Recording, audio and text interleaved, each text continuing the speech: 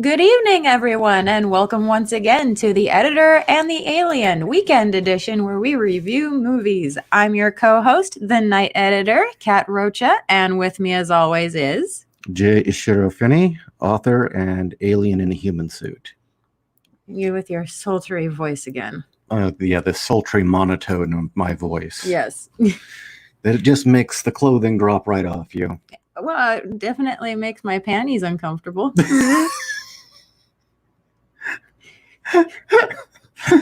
Okay, well, it's going to be one of those shows. Okay. Of course. Well, how is it not going to be?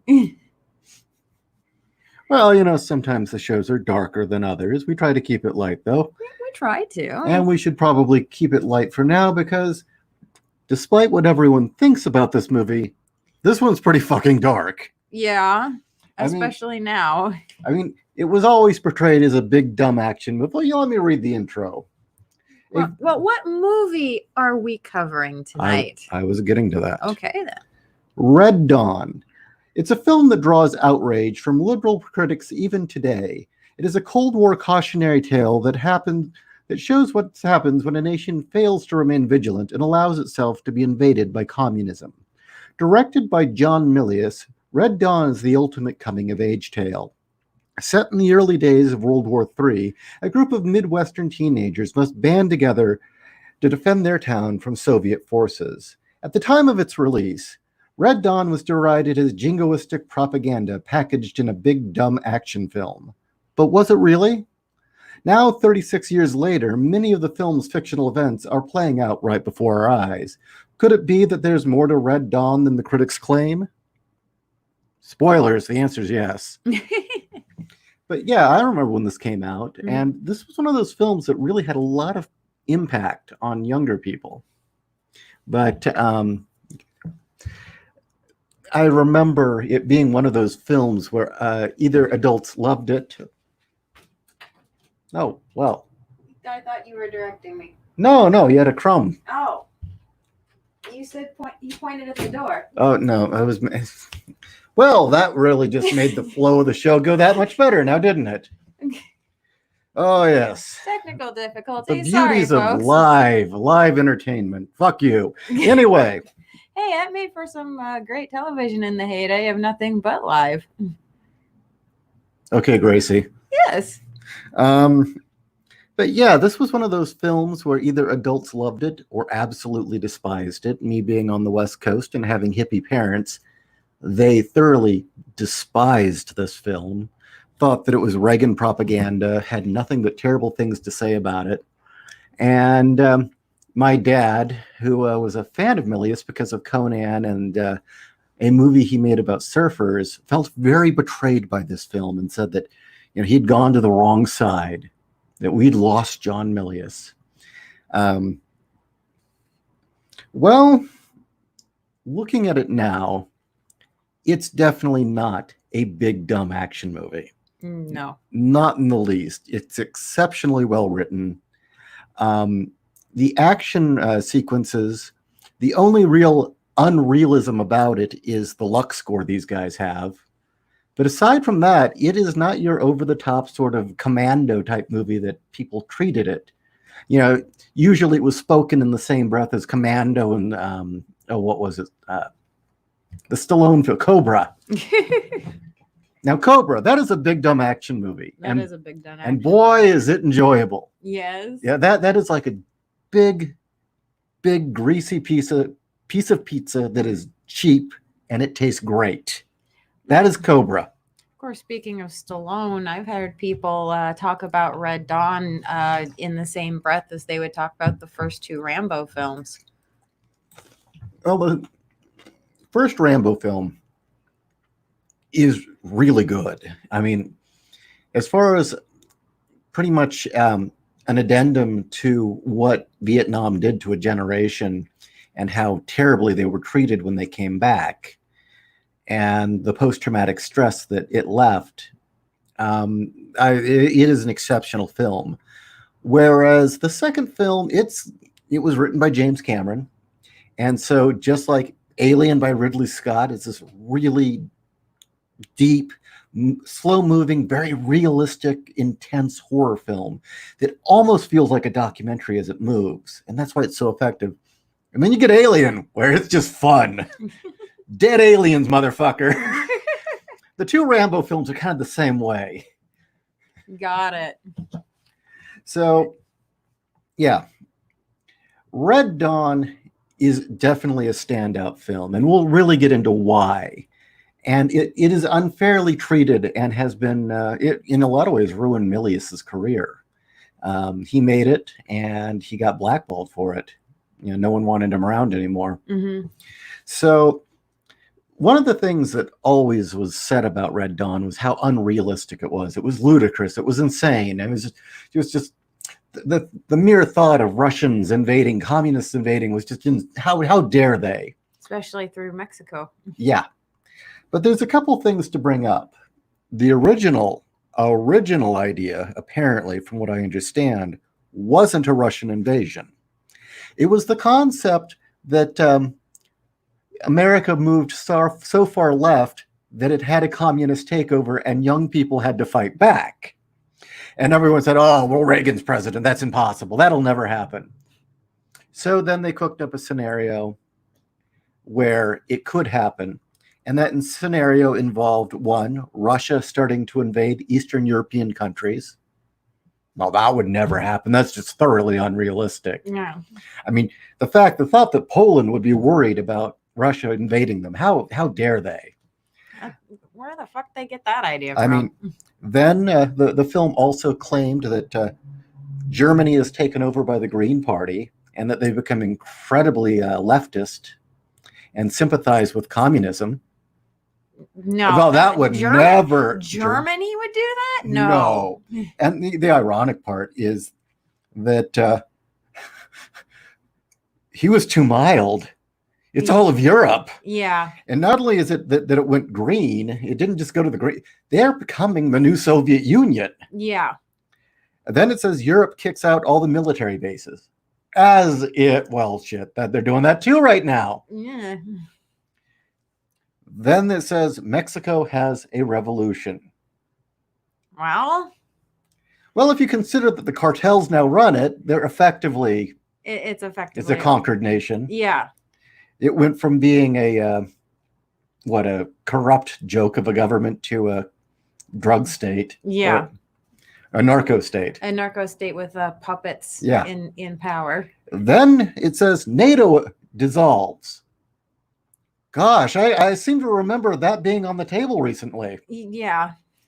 And it finally ends in that beginning scene.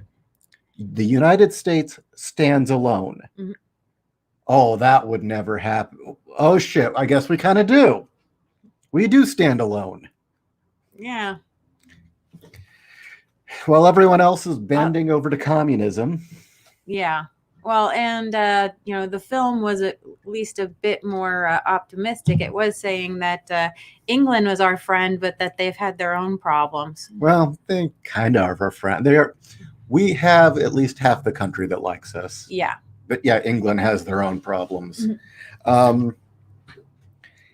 Really, the only thing I would point out is the one difference in the scenario, other than our scenario seems to be worse than the one portrayed in the film, believe it or not. Yeah.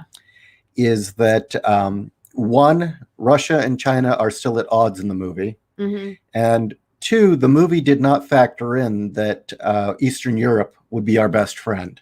Yeah. That really our strongest ally right now in all of this is Eastern Europe when it comes to standing up to commies. People are bringing up Japan.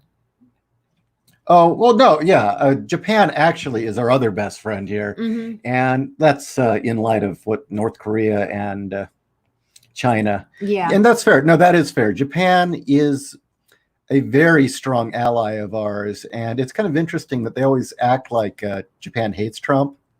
No. They may find him comical. They find him as being the ultimate stereotype of a Yahoo American.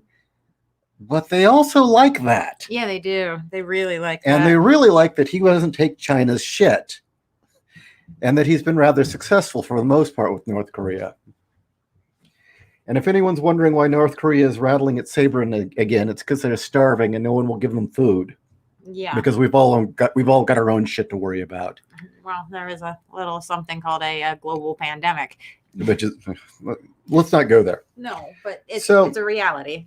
The first thing I wanted to lay out here is that the scenario in Red Dawn isn't ludicrous. No. I mean, there's some gimmies, but as I like to say when doing scenarios in my own story, it's believable enough. Yeah. And there's a good reason it's believable enough. The scenario was actually taken directly from a CIA DoD simulation of possible ways the Russians could invade without firing too many nukes. And I did like the fact that the film does bring up, well, why doesn't Russia drop a nuke on us? Well, they did. They dropped 5. Yeah. And then they took out SAC-NORAD. Actually, there was a thing that was removed from the film just for time. But there's later, when you find out how the war played out, when the pilot is talking about it, he also apparently in a cut line or a scene that got shortened, he says that SAC-NORAD had been infiltrated by students. Okay. Who went to work for the DoD. Yeah. Interns. Gosh, that wouldn't happen, would it? No, never. Never. So, the film starts, and we get an idyllic, the American dream. We get a small town USA, picket fences, the boy delivering the paper, blue skies, mom and apple pie, you know. You get a shot of the Teddy Roosevelt statue. Yeah, it is Roosevelt. We see our 3 main protagonists showing up. Jed Eckert, the older brother who's just graduated, dropping off a brother and a friend at high school, and they're talking about football. Mm-hmm. And they're normal kids, and they look healthy and young, and they're clean. Well, they're also very much so showing without cramming it down your throat that these kids have their whole future ahead of them. Yeah. Durkin, we're not going to get into who all right now really is our best allies. Yes, we've got some great allies in Asia. Taiwan, definitely. Japan, well, Hong Kong was a great ally. Let's see, I lost it. South Korea, although they like us, it's a little iffy because they've got their own commie problem, believe it or not. But we'll talk about that on another show. Yeah. Moving on. Yes, the pilot was played by Powers Booth, and I really liked that character. Mm-hmm. I really liked that. Really seeing it now, I realize that character really rubbed off on me as a kid. Really? I hadn't noticed with Titanium Rain. But anyway. But moving forward. We start with this very idyllic scene of what we think of, or we thought of as America back then. Mm-hmm. And it was the America that Reagan was trying to restore and was promising. And then they go to school. The teacher's talking about Genghis Khan and his tactics. Mm-hmm. And there's a ton of foreshadowing. Mm-hmm. And then parachutes start falling out, coming down. Yes, in true Milius faction, the shit hits the fan within the first 5 minutes. Yes, and that is something that I've taken to heart with my own writing. Is that if you're going to start the movie, start with a bang. Mm-hmm. So. Well, actually, it's interesting watching it, and my own personal absolute love for Conan and how he follows the same storytelling beat formula that Conan does, which makes for good. I'm not complaining. I'm just saying I found it interesting. Well, I think I've mentioned before on Writer's Room, listening to the Conan commentary and listening to Milius talk about scripting it and the story beats was a massive influence on how I wrote my graphic novels. And I can tell. And I've taken that to heart and tried to repeat that in a lot of my stories. Mm-hmm. But now, one of the things that was interesting when the parachuter shoots, the airborne drops in, the Russians invade the school. This was one of the scenes that critics always savaged as, oh, why would they run up and shoot the teacher and unload bullets into a school full of high school students who are innocent? That's just showing Russians as bad people. And, well, right now, if you talk to Eastern Europeans and the savagery they were shown when they were invaded, Milius was mild. Mm-hmm. I mean, in fact, his portrayal of Spetsnaz was downright friendly versus the reality. Spetsnaz are fucking scary. What a lot of people don't realize about the Russian military is, unlike us and a lot of other militaries, we base our military philosophy on how the Brits did it, our training. The Russians actually try to seek people out who are sadists. Mm-hmm. When they put people in high positions, they want people who have no problem killing and possibly even enjoy causing pain. Mm-hmm. So, when they talk Spetsnaz are psychopaths. Yeah, they want psychopaths. I mean, it's not even like, well, no, they say they want psychopaths. Yeah. Well, just the when Steve-O and Chris Pontius on Wild Boys decided that they were going to join the Spetsnaz in their training. They didn't hold back, no. No, they did not hold back. They really regretted that. That was probably one of the scariest training sessions I had ever seen. So before moving forward. So the airdrop in and the soldiers attack the school and all hell breaks loose. What was your impression of that? I really, really appreciated the fact that just as much about what's going on as the kids do. There's no radio reports saying, it's like, we get reports of invading armies which you usually get in one of these films. Yeah, there was absolutely no exposition. It's just a typical day in high school. It, suddenly is shattered by these guys paratrooping in. And not only are they shooting up the school, shooting up anybody that moves, kids are trying to flee.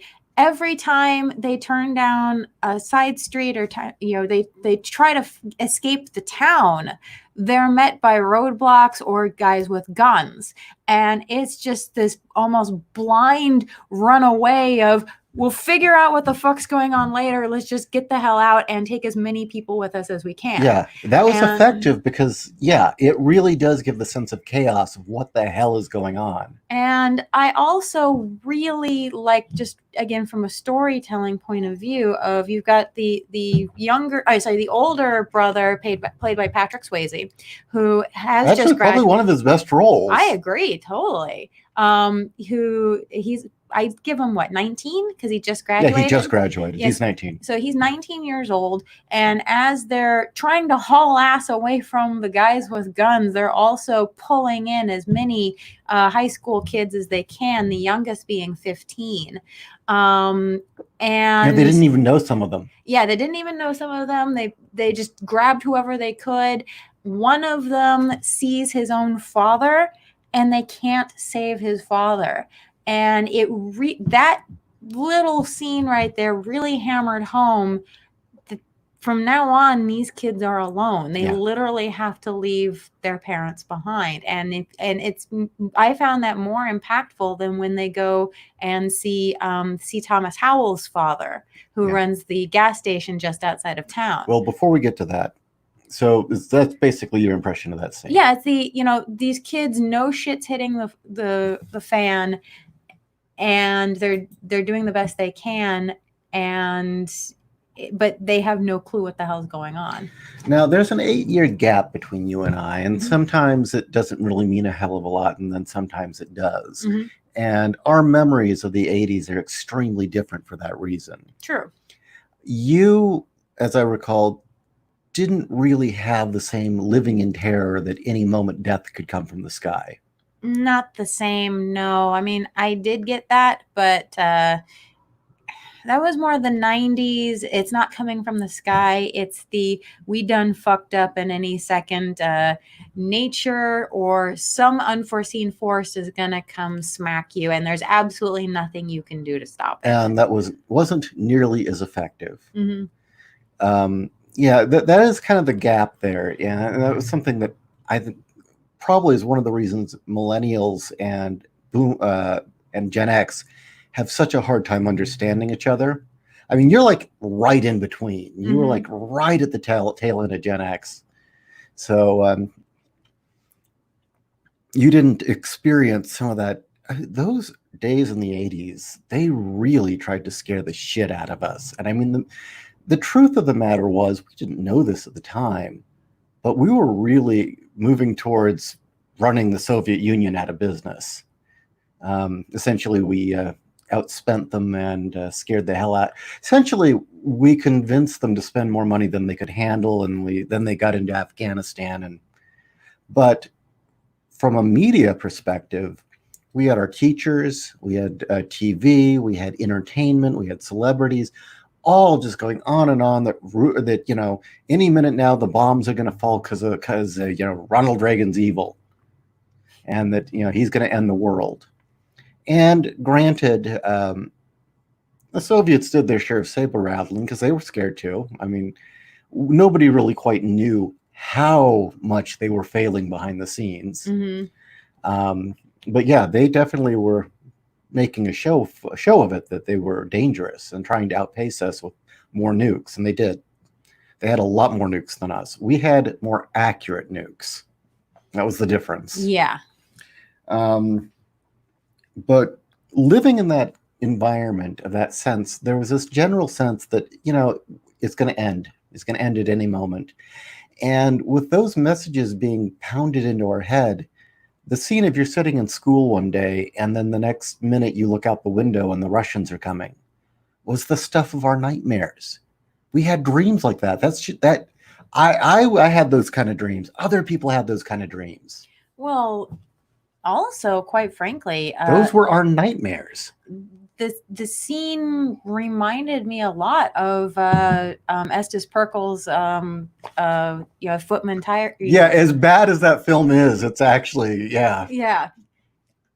And that's partially because some of the stuff in there is based on what the Soviets would do. It's just Estes Perkel couldn't direct a film to save his life, much as write one. Yeah. It was the Ed Wood of Christian films, Estes Perkel.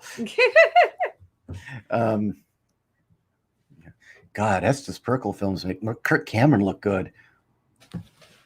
You know, at least Estes Perkel is honest in his insanity. Yeah. You know, he never drank out of an empty cup.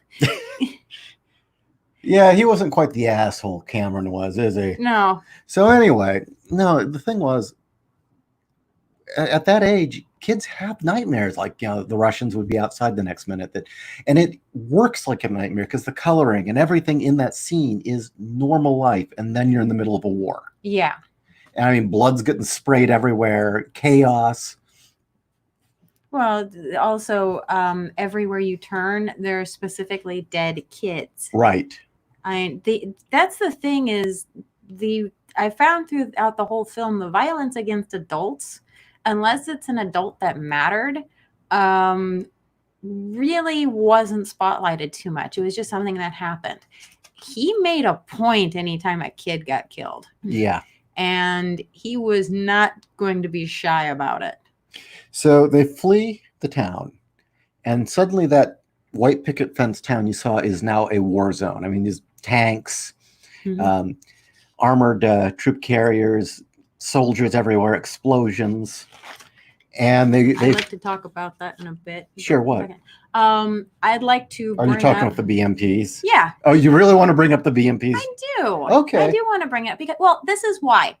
Any other filmmaker, I would have just gone a gimme. It's like, okay, fine, he's got tanks. Okay, fine, he's got you know, he's got troop carriers. Milius, he was in the military, right? I don't believe so. Or at least he knows his shit. Oh, yeah, he definitely. And it really kind of bothered me that they didn't explain how these things got to Colorado. Now, I know how it would get to Colorado, but you and I also did a shit ton of research when we were doing Titanium Rain. So I know how, but the fact that you never saw it and bugged keep in the shit out mind, of in me. that initial scene, You only saw BMPs and the anti-aircraft. I forget the name of it exactly. Yeah, but and then later you see the tanks. yeah, so, the T-72 tanks come in much later. But I just feel the need to point out that it is actually realistic why those things are there. It's just that you never saw how they got there, and it's because they couldn't afford to show it. So yeah, this film does not look like a low-budget movie. No, it doesn't. I mean, it really just the stuff that he made happen in this film. A fun thing, the Russian vehicles, Milius was so obsessive that the vehicles look correct and that they just not fudge it with Sherman tanks or often Patton tanks they would use in the films. Yeah. Instead of fudging it, he just went outright, we're going to make vehicles based on Russia. And they were so damn accurate that the U.S. military was like, where did you get these? Like our prop department. And they were blown away at just how well he was able to mimic them. But give me a second here. Yishi's pulling up images on his computer. But no, I feel the need, especially because not only because it's Milius, but because this film has gotten such a rap at being, this dumb piece of shit. I feel the need to point out that this is something that is realistic. It's just it's not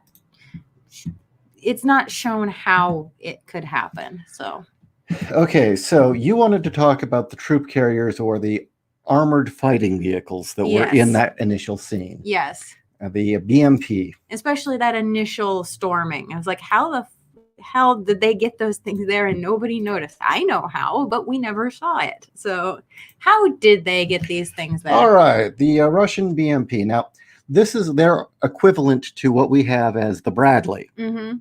And they may have upgraded since, but this was the vehicle for a lot of their conflicts in the 80s.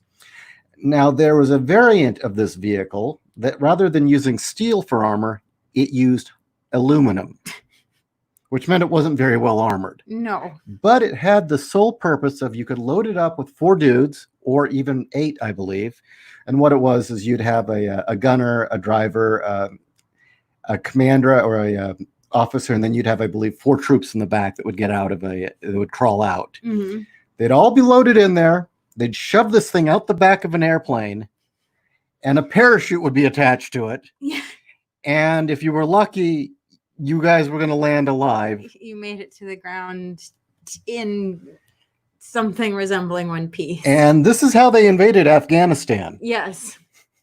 Actually, for those of you who are in Southern California, the Flying Leathernecks Museum has one of these things out there. Well, they actually have both. Oh, they do have both. Okay. Yeah, they do have the variant for paradropping, and then the regular one with the steel armor. And I just remember looking at the thing. It's like, they did what with this? Yeah. Yeah, they shoved these out the back of airplanes, and if it was an assault, yeah, they'd actually have guys inside. Shit. We don't do that. No, I've seen what we do with airdropping tanks, but nobody's in them when we do that. I don't think we airdrop tanks. We do with, I do think we drop Humvees. I've seen footage of us airdropping tanks. They may have been practice runs, but they were always the footage that didn't end well. Oh, well, maybe they have then. I don't know. I'm not a total expert on this shit. No. Just a pretty damn good one. So yeah, the accuracy in the tactics and the vehicles is ridiculous in this film. Yeah, it is. So again, calling it a big dumb action movie is kind of lame because there was a lot of accuracy down to the tactics and uniforms and I'd also go the arrogance of the Russians. Well, he kind of understood the mindset of a lot of these. Yeah. Well, he patterned a lot of this on Afghanistan. Well, you were bringing, and I know we're getting ahead of ourselves here, but you had brought up how there's a couple of things that are unbelievable, or that they've got like a luck score of 20, and I would agree that our main characters definitely have the power of PC, but it's not as strong as you'd think. No. It's actually there's reasonable reasons why they're able to do what they do. Yeah. Well, we'll get to that. Yeah, we'll get to that. We'll get to that. So yeah, they rush off to that gas station Mhm. where what was it? The one kid's father, Yeah, C. Thomas Howell's father. and they stock up. They're just like grabbing everything they can. And one of the things they say, get toilet paper. Yes, they do. They make a point. They say, grab toilet paper. I'm not using leaves. And another thing is that while the kids are at the gas station, you realize at this point, the characters have suddenly realized the worst thing that could happen did happen. Mm-hmm. The existential threat that's been looming over them for as long as they've been alive. The worst possible scenario just happened, and now they've got to deal with it. Yeah. Childhood's over. They haven't figured it out yet. But childhood's over. The dad that's giving them all this stuff says, go into the woods, stay safe, I'll be coming to get you. Right. So it's still this idea of their kids, and at least somebody's dad is going to come help. Interestingly enough, of all the objects they show them grab, now keep in mind, the first scene when Jed Eckert's dropping his brother off to school, they're talking about football, and there's a football field behind them. When they're raiding the gas station for supplies, one of the close-ups is they specifically show one of them grabbing a Nerf football. It wasn't a Nerf. Oh, it wasn't a Nerf. It was a real football. And they head into the mountains. Now, there is a strong Second Amendment message throughout this film. Yes. Jed Eckert's got a was it a Colt 45 1911 in the glove box with ammo? Yeah, he's got a 1911. With spare ammo. There's at least 3, possibly 4 hunting rifles, and they empty the shelves of rounds. They grab every round that's on the shelf at the gas station. And there are lots of little things in the background that there's a that cold dead hand bumper sticker. Yeah. So they rush to the mountains and they gather around the campfire. Mm-hmm. And they're trying to make sense.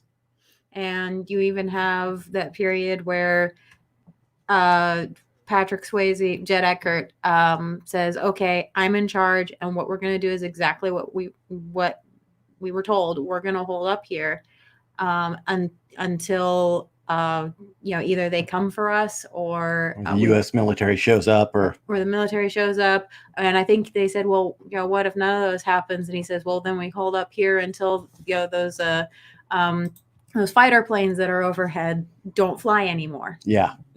Which was a great line. Yeah, it was. I mean, one thing that shows is John Milius is an exceptional writer. And again, it's a shame that he's been shit on so much because he's a conservative. Well, actually, he's more of a libertarian, actually. But he definitely is a First and Second Amendment kind of guy. But the lines, the dialogue, and keep in mind, John Milius wrote Apocalypse Now. Mm-hmm. Now, the version he wrote, I actually would have preferred. We can get into someday where the script deviates from what he wrote to what we got on the screen. But he also wrote the best scene in Jaws.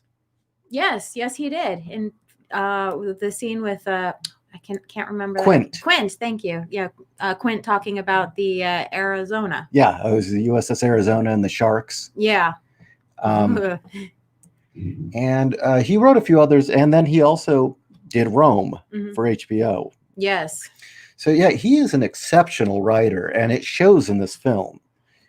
We don't get any those cheesy 80s lines like "stick around." No.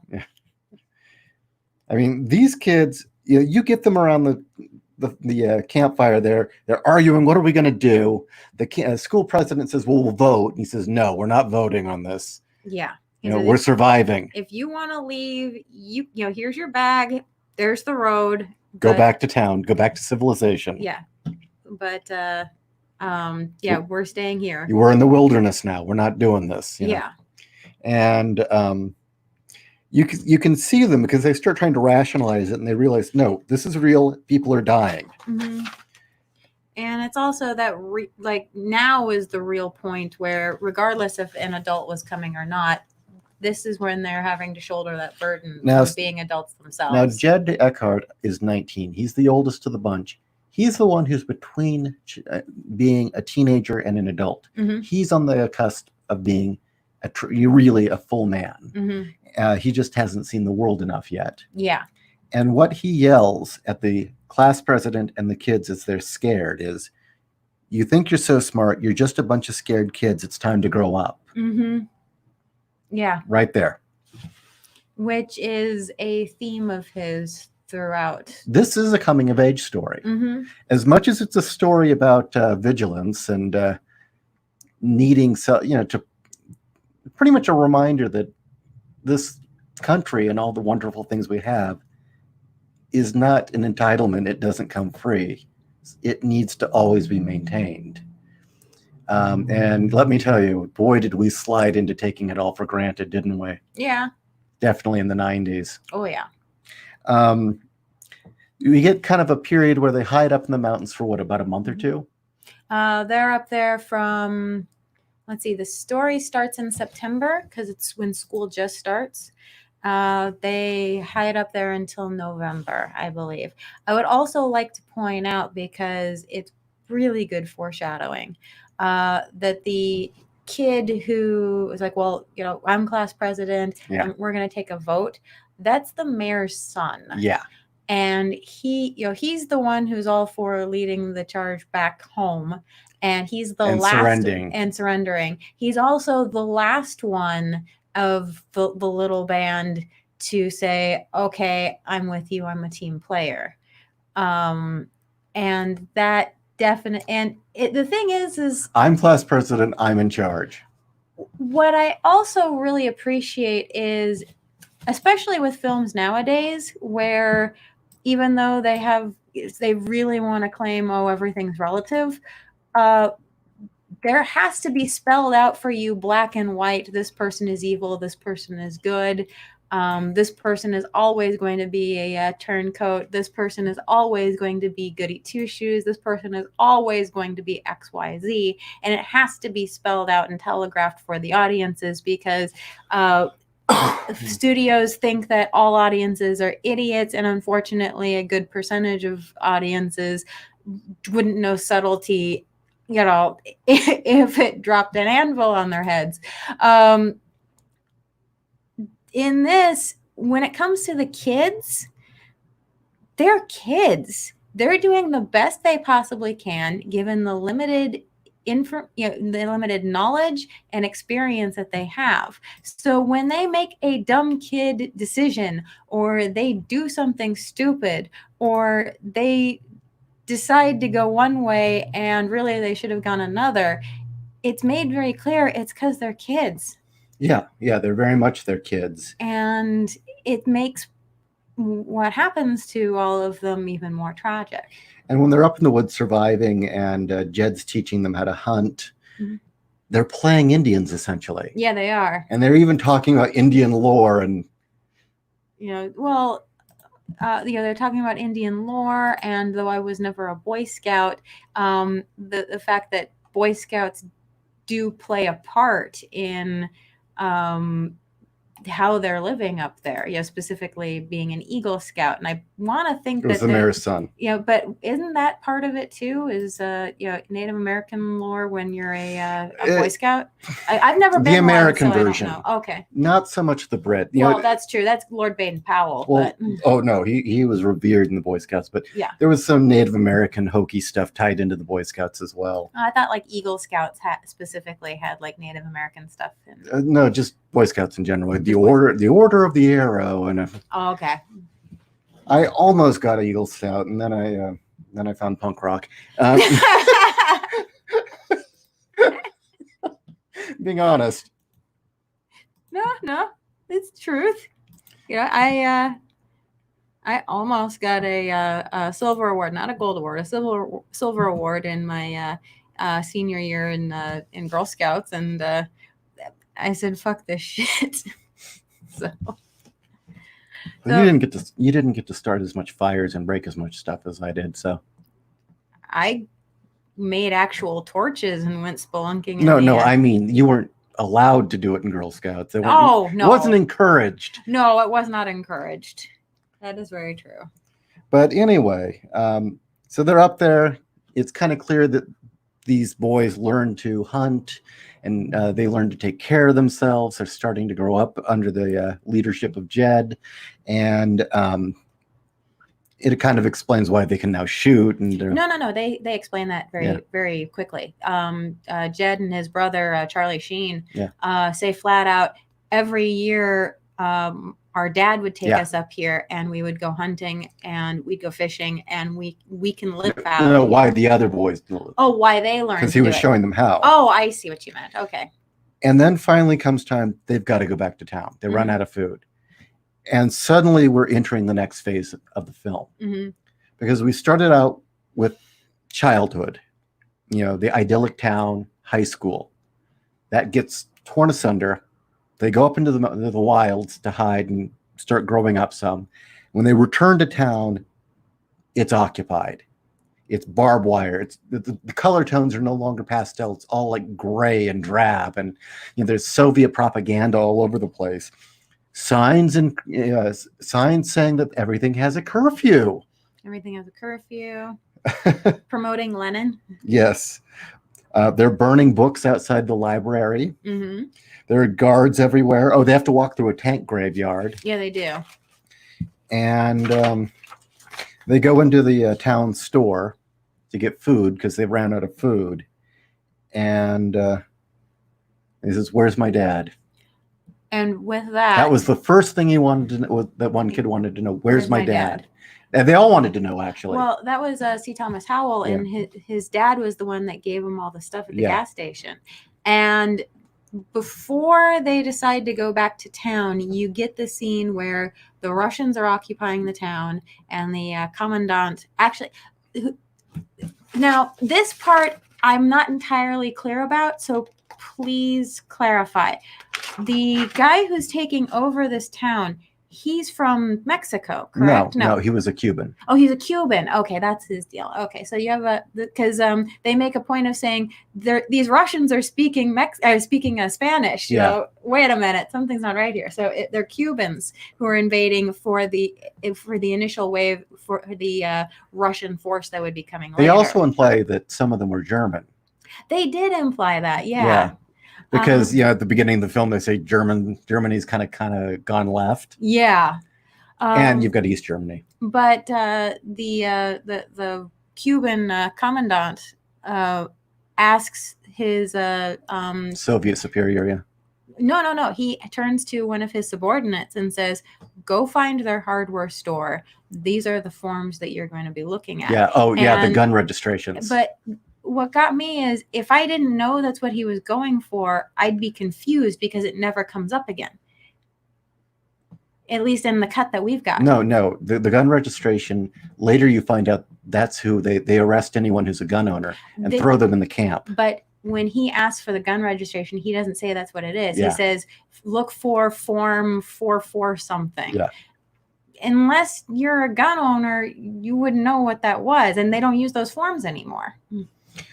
So I just wanted to bring that up for anybody who's maybe watching it now and didn't know. In That's the what 80s, he's asking for. That form was a big political issue, and it was being drilled. It was the same thing the Democrats were leaning on then as they are now. Yeah, it's the idea that, if they know that you have something, then they know that they need to take it from you. Yeah, they basically rounded up anyone who thought there would be a problem, and anyone who was self-sufficient or a gun owner or didn't fit the mold got thrown into a re-education camp. Yes. Now, gosh, there's a certain group of people right now in our country that want to re-educate people.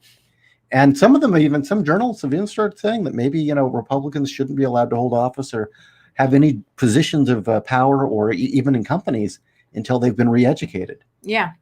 I mean, that was that in the Times last weekend? Yeah, it was. New York Times. Yeah, it was in the New York Times. Yeah.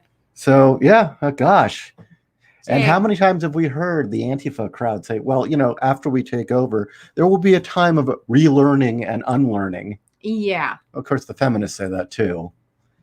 It all comes back to re-education camps. Mm-hmm. And they find their dads that night at the re-education camp, which is the drive-in. And it is essentially it's a concentration camp when they're all being killed off and it's miserable. Yeah. But that's the next.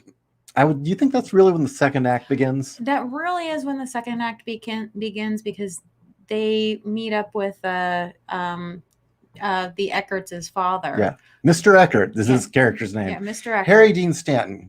I don't think anyone else could have delivered that scene the way he did. No, I don't think so either. And the fact that he meets them at the gates, totally dry-eyed, and they're trying really hard to be strong. But Charlie Sheen, damn, just we're so used to him sucking. Yeah, sucking, but also trying really hard to play tough guys, and just watching him fall apart, seeing his father there and full on going, "Daddy," and it's just you're reminded again, these are just kids. Yeah, that was the great part, is you see them and you're thinking, okay, this is the 80s. By this point, this would be, in a typical 80s action film, this would be the part where they're raiding the town and blowing people away right and left. Mm-hmm.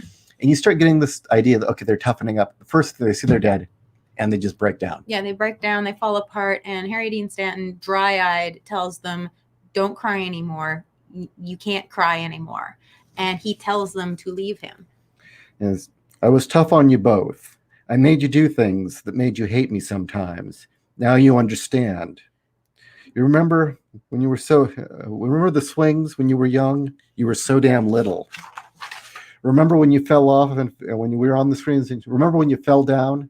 Well, I won't be around anymore to pick you up. Yeah.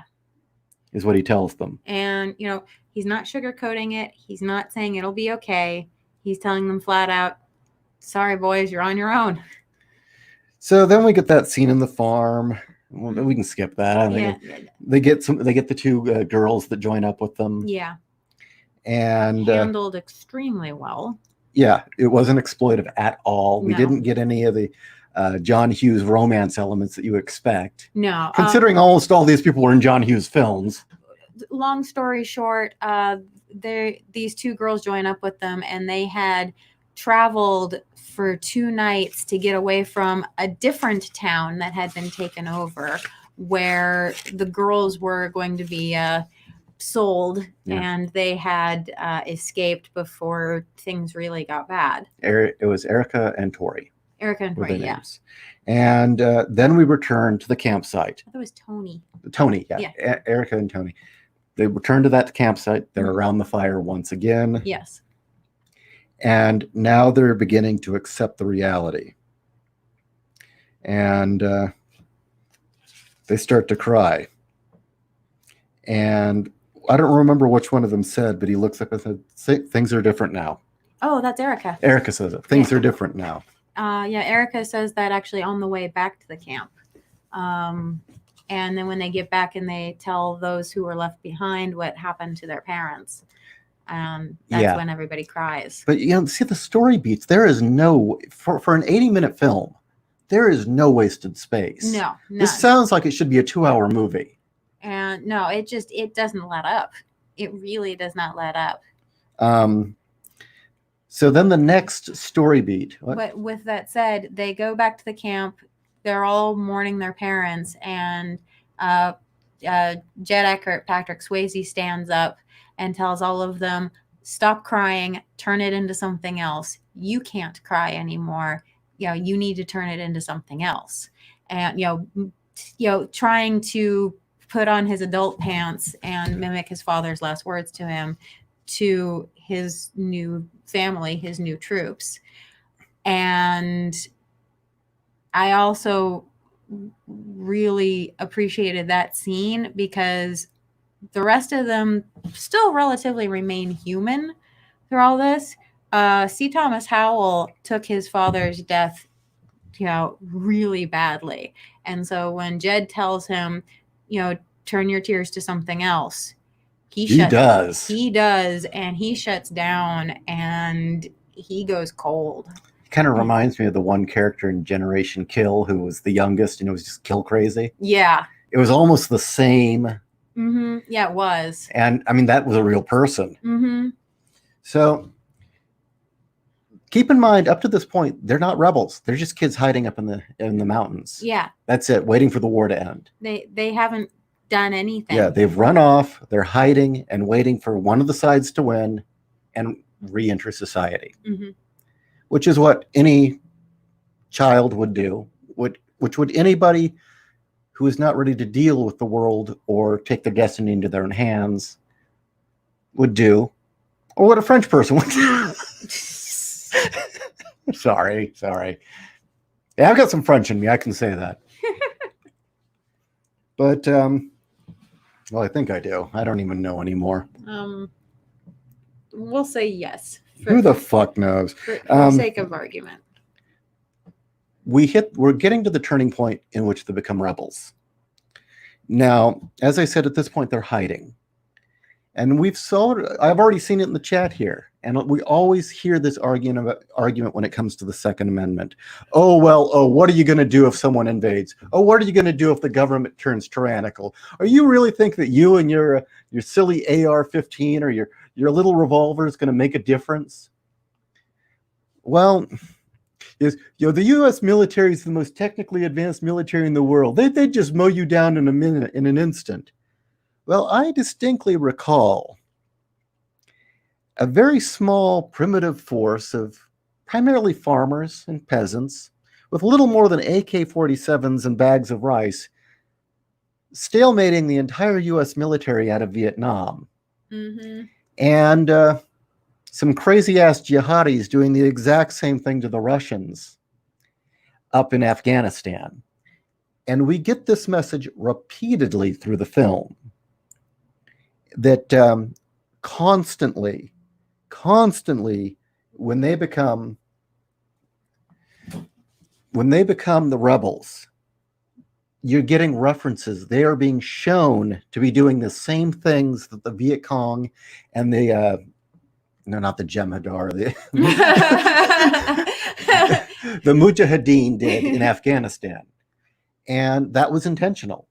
Well, their tactics, a lot of the things they did, there was a very specific reason that very quickly they're not using American weapons. At no point, after they get rid of their hunting rifles, at no point do you see them get some sort of weapons dropped from the U.S. military.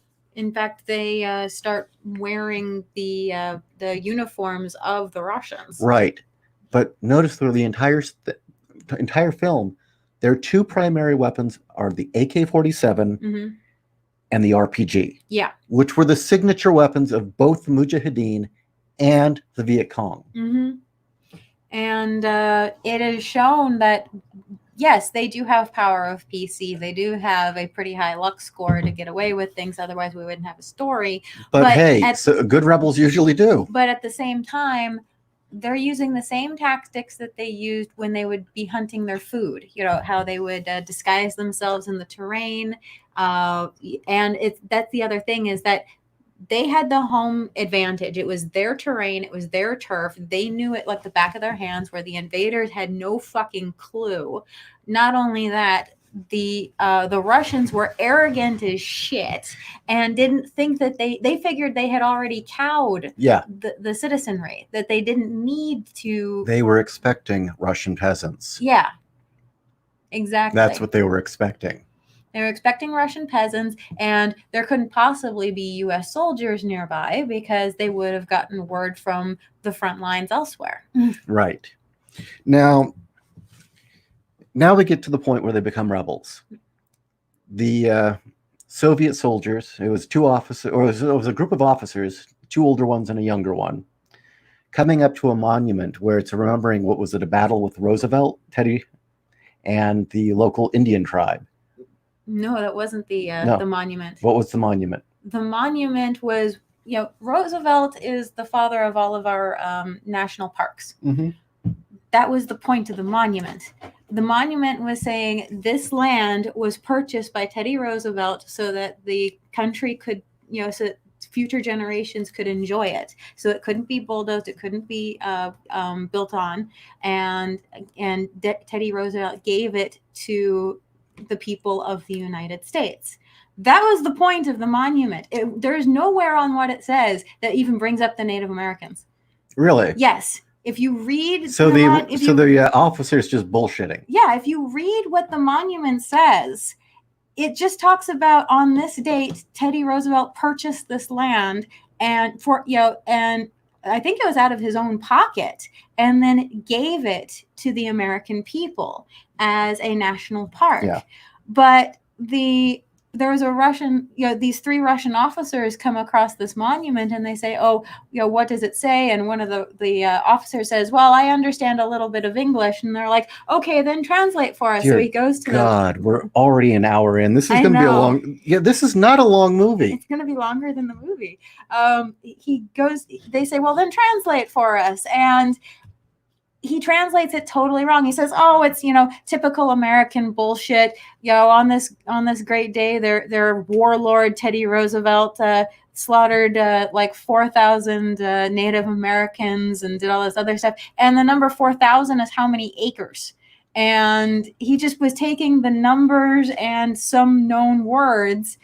And depending on which subtitle version you get, because the television cut is different than the theatrical cut, either he's making it up and it's a joke, or he really doesn't know what he's reading.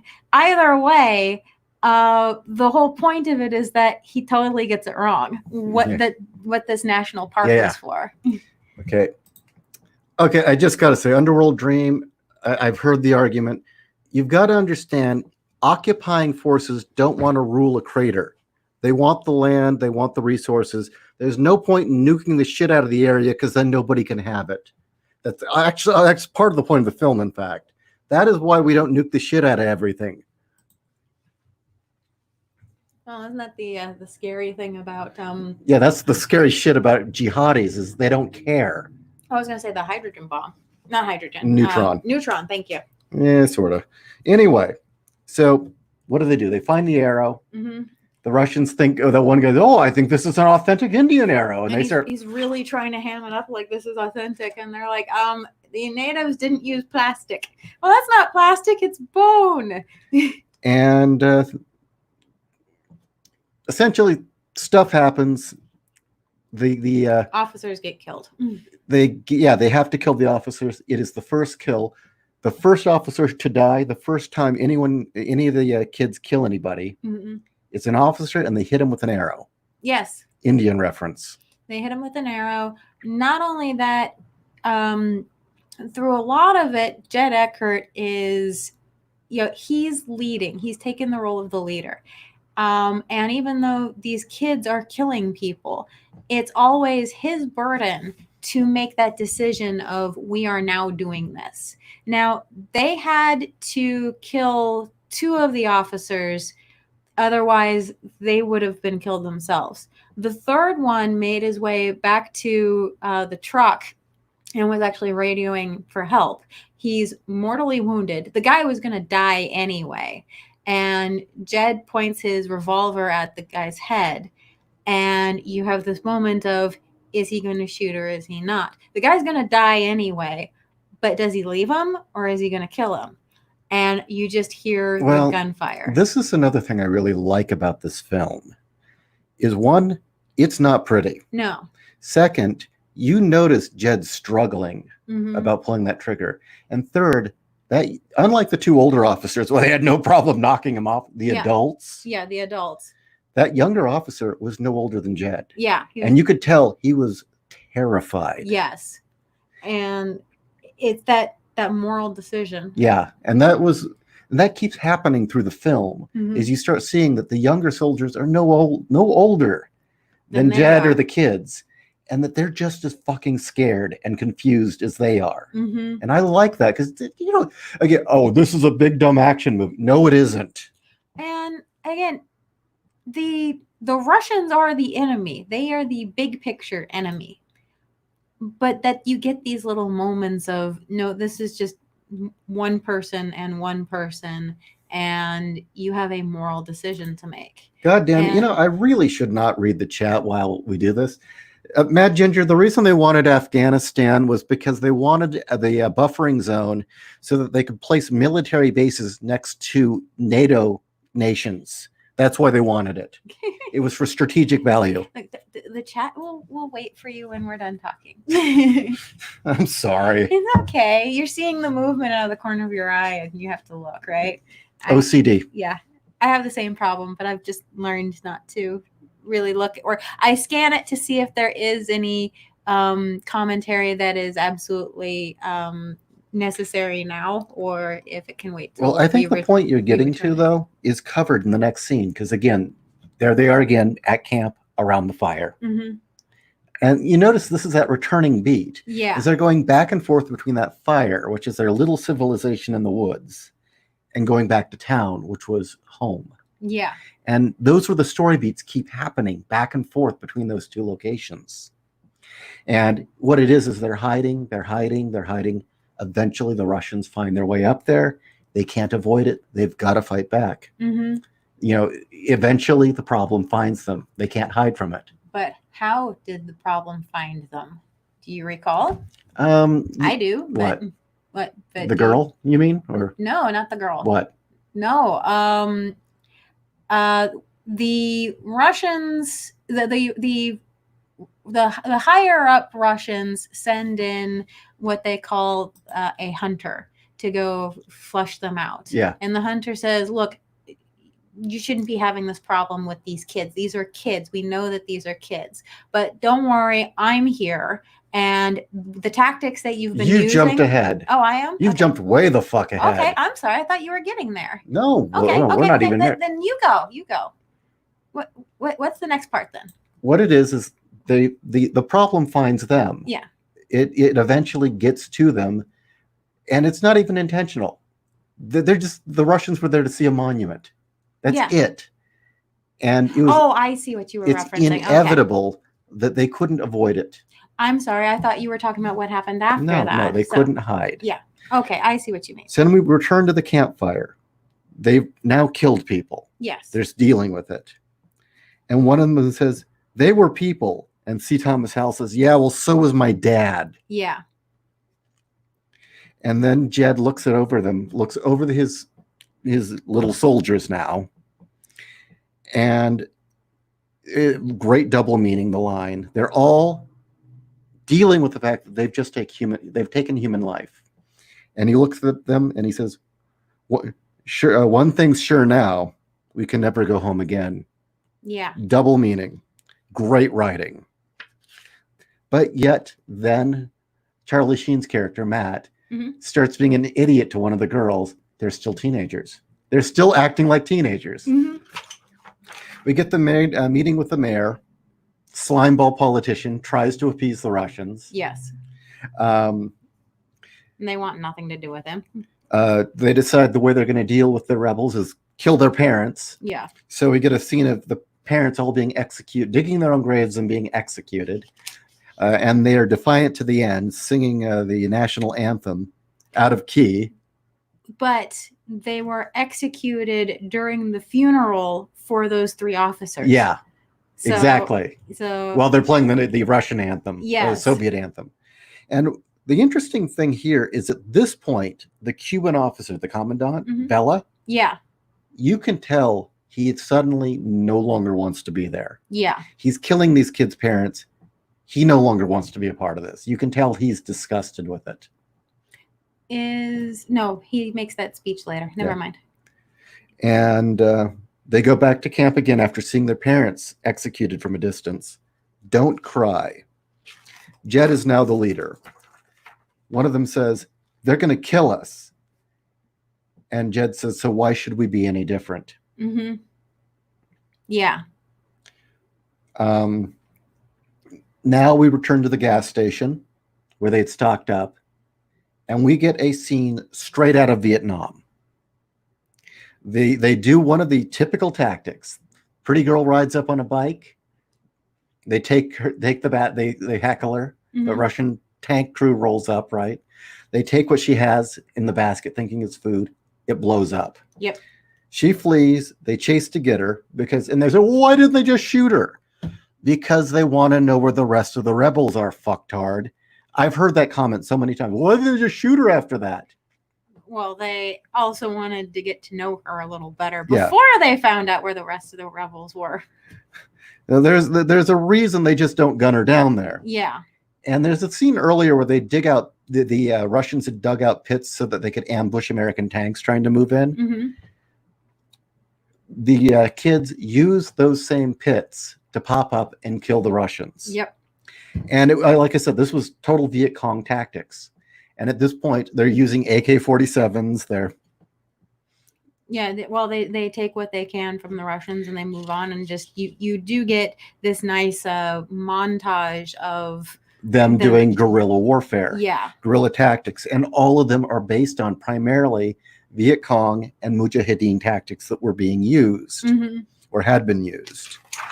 They start using the name Wolverines, which is their sport team, and they keep, or their football team, and they keep spraying that on the walls. And it's moto. Yeah, well, they're hurting the Russians' morale by doing it and giving hope to the townspeople. Bella, at the end of that montage, even says, I've seen these tactics before. We used them against you when you invaded us. Well, first he said, I've seen these tactics before, and he names off all these different places. Well, he names all these Central and South American countries that either the Russians or the Americans tried to take or tried to occupy. But you're seeing these bodies laid out on the ground when he says this, and he says, I've never seen it when it's my own people.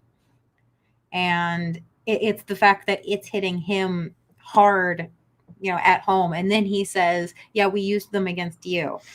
Then the Russian leader, who's the overall head officer, says something to the effect of, they're using the same tactics as Afghanistan, right there, comparing them to the Mujahideen.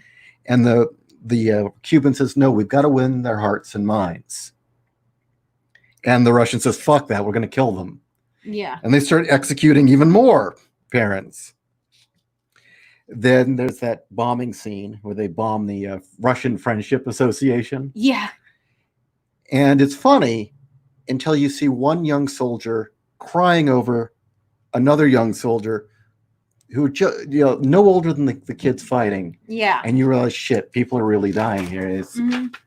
Well, again, continually saying, if it's just adults, yes, adults they don't die. seem to have any problem knocking off the adults. But whenever it's kids from either side, they're making it very clear, no, these are casualties here. Yeah. And I think that's the youth versus adulthood message. We get Erica finding the pilot. Yep. The downed American pilot. Yeah, he's an F-15 fighter pilot, and he gets shot down. Driver. Let's be more. Eagle driver. Eagle driver. As he calls himself. Yes. Use the right term. Yes. And I don't know. I thought he was the best character in the whole thing. Booth Paladin rocked in that role. And I agree. And he becomes their mentor. And that's the thing is, spoiler alert, he does eventually die, but and he needed to die, but eventually the mentor needs to pass on, and he's kind of the person who gave them focus and purpose. Right. And he teaches them tactics. Yeah, they were shouldering an adult's burden. They were doing the best that they could. Like you said, he's the mentor that just, helped to steer them in the right direction, give them a better idea, clearer idea of what their objectives were so that they weren't just out in the woods. And then he had to leave them. Now, we get a nice scene again around the campfire, and the pilot tells the kids how it happened, how World War III played out, how the invasion happened.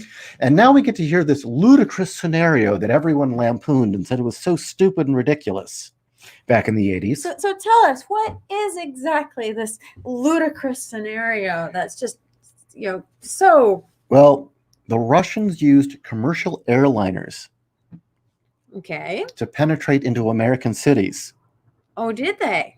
and attack us. I mean, that is totally insane. How could that who would ever believe that someone could steal commercial airliners and use them to attack American cities? As weapons. Yeah, you know.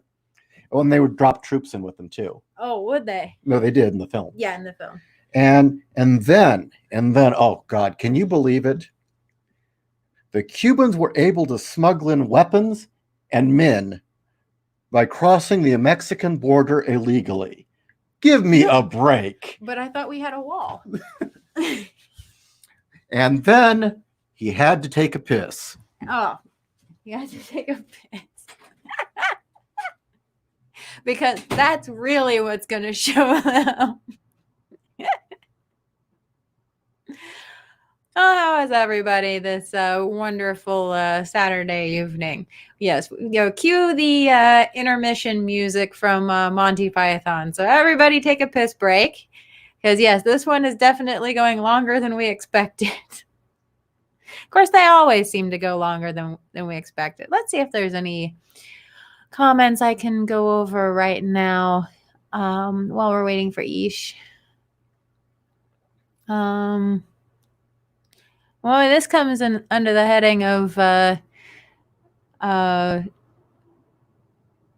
don't know context, or maybe I do. This is from Draken. If you don't know how the problem started, blame the boobs. More likely you're right. Is that really a problem, or is it a problem you want to have?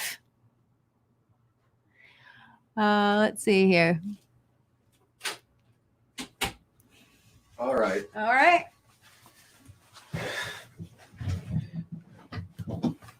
Okay. Anyway. Owen says Roadhouse convinced him that Swayze would have made a great Captain America. Yeah, it probably would actually. More likable too. Yeah. As a real person. As a real person, yeah.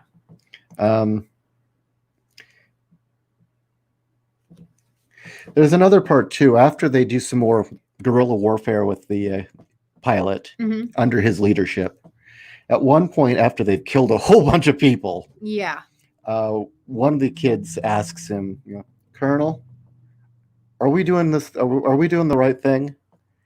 And the colonel looks at him and he doesn't have an answer and walks off. The message, and this is again at the fire, the message being the adults don't have the answers either. Well, do you recall what led up to that question? Which part? The fighting had been particularly bad. I think they lost somebody. Yeah. And they lost the Puerto Rican kid. Yeah, they lost the Puerto Rican kid. And he tells them, look, I'm an old soldier. You guys are young. You've got your lives. Nobody's going to say anything if you just go and you leave and you go and you go into a free America and you start your lives anew. Don't basically don't die out here, actually live. And Jed Eckert is like, no, we have to keep on fighting. Right. And that's when the kid says, are we doing right? Colonel, are we doing right? So they're all hurting by the fact that their friend has died. So they've suffered their first real blow. The soldier is telling them, look, no one's going to say anything if you want to throw in the towel. And he has no answer if what they're doing is actually right or not. I mean, that's actually a very powerful scene. So then there's more. They learn tactics. They raid the Reeducation Camp, free of them all, and give them weapons. And presumably they go into town and fight and die. That's the raid where they blow up the jet. Oh, yeah. And you made me proud when you recognized what kind of jet it was. That was a Foxbat? Yes. That's my woman. And after the raid goes successfully, we get a cut to Bella, the Cuban commandant. And he says, they're rebels. I was a rebel. Now I'm a policeman. Yes. Like you. To the Russian. We get a football game, so football reference. we get more growing up. Erica falls for the pilot, and there's you want to explain that scene? Oh, well, he made it clear that his wife had been taken had been taken prisoner, and if she was alive, if she's dead, it'd probably be the best thing for her. And you could tell he was hoping that that's what happened to her because of what they do to women. And Leah was going to be sold as a sex slave. So that they kind of had a bonding with that. And so she's trying to get to know him by asking about his wife, how they first met. And he's shocked that this young teenage girl even gives a shit because he's like, what, in his 40s? He's a colonel, yeah. So he's probably in his early 40s. Yeah. Or at least he's approaching 40. And there's a scene after. One of the great things about the Air Force is it's one of the few branches where nobody wants to go above a certain rank because they want to still be able to fly combat. Yeah. That's why you got a whole slew of. And the fact that he's a colonel flying combat says something. Yeah. Because usually they stop at major. Mm-hmm. I kind of wonder if it's a. Wartime. Yeah. Yeah. Actually, that's why he was probably doing it. It was wartime. Like, well, we need somebody of your rank. You can still fly. Well, a lot of the people will use pull rank so that they can fly anyway and say, well, no, I'm going to do it. True. Very true. But yeah. It's not like was it Starship Troopers with Zim, where Zim busted himself down? But anyway, clearly the two of them fall for each other. Mm-hmm. Now, there was a cut scene that was included in the cable version, and I wish I could find a copy of it.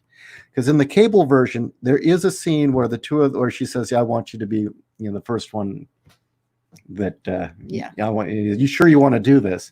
And they walk into a tent. Mm-hmm. I don't see why that had to be cut. No. I mean, they're at war. Sweet. They're all expecting to die. Who cares? Well, they're at war. They're expecting to die. And his wife, for all intents and purposes, is dead. So, yeah, I see nothing wrong with that. And, if she's 18, well, even if she wasn't, if she was like 17, it's wartime. So then they find out later that in spring, there's going to be a raid. The Americans are going to push in and overtake the town. That it's pretty much a done deal. Mm-hmm. But they're in what? January? February? They're in February at this point. And so that's still a long time. And they decide, well, you know what? Let's try and get back to free America. And they have to get past this raging front where T-72 tanks are going at it with Abrams tanks. And it's just an incredible battle scene. And it was a few times I'd seen realistic tank warfare. And they try to cross. And Jed still doesn't really, he's not really sure if he wants to do it. And the pilot says, you can quit now, Jed. You don't have to do this anymore. You can quit now. You can wake up in the morning, grow old. Yes, you can live a life. He gives him the choice. Yeah. To leave. And the pilot even ends up dying in a self-sacrifice. Mm-hmm. And they could have gone back at that point. But they go back to fight. Mm-hmm. They return to the campfire. They mourn the pilot's loss. They allow Erica to cry. Mm-hmm. Which is a big deal. It's a very big deal. That's the only time that anybody is allowed to cry, and they let her have her cry. Now, there's an ongoing theme through the film about remembering. And there's the scene with Mr. Eckert.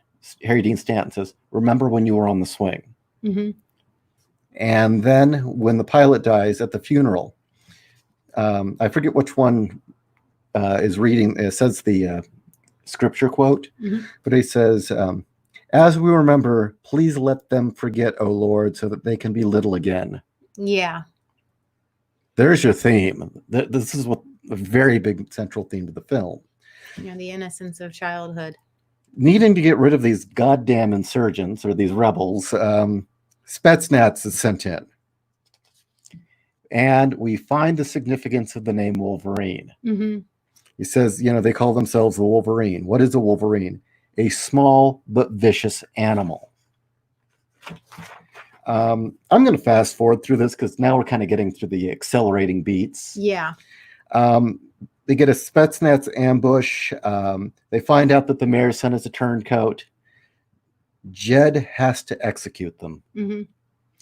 And at this point, Jed's brother, Matt, Charlie Sheen, says, "Don't do it, Jed. Don't. I mean, what's the difference between us and them if you do this?" And he says, "We live here."